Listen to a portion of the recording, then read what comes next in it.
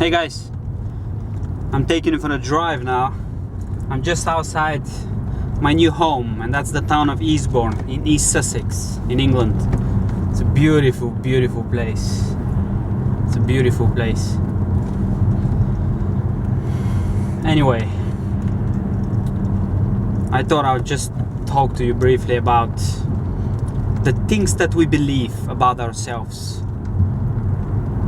There are sentences that we have hanging over our head, as it were.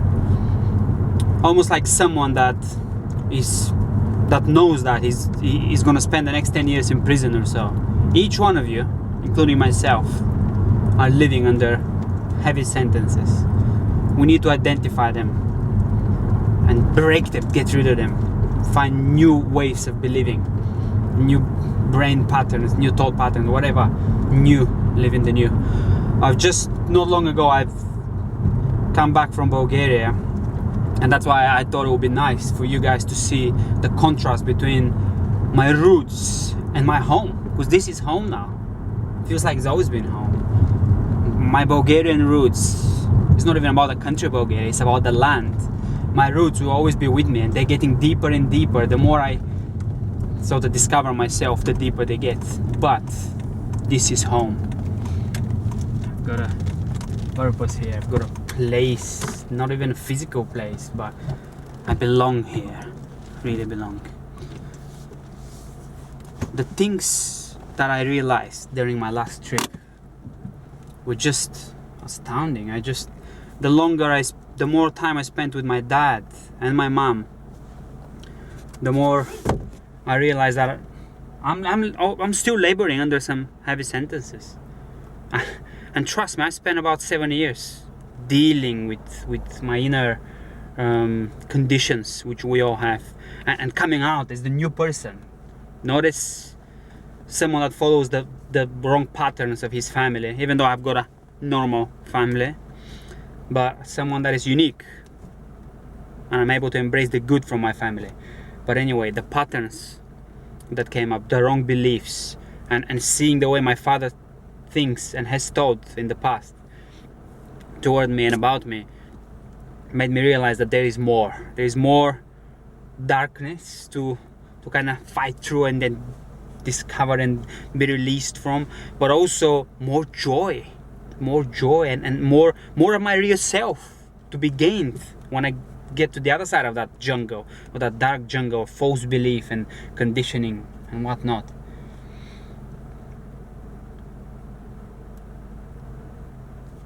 What is your character? Are you introverted or extroverted, or are you a bit insecure, or are you aggressive and you just blunder? It's not an accident. When you encounter a man, very little of what you see is actually the real person. The rest is just, he's become this way so that he could survive or live up to his family's expectations or conditioning, or just as a response to the world around him, mostly his family, but also peers and school and systems. Going back to the family, because that's where the roots are, or the lack of a family. What words were spoken over you? Can you remember? If you can't, if your rational self can't, the child, the boy inside of you, the subconscious, whatever you want to call it, the heart, the soul, you remember there. You remember. What words were spoken over you by your father and your mom? Even if they've not been repeated all the time.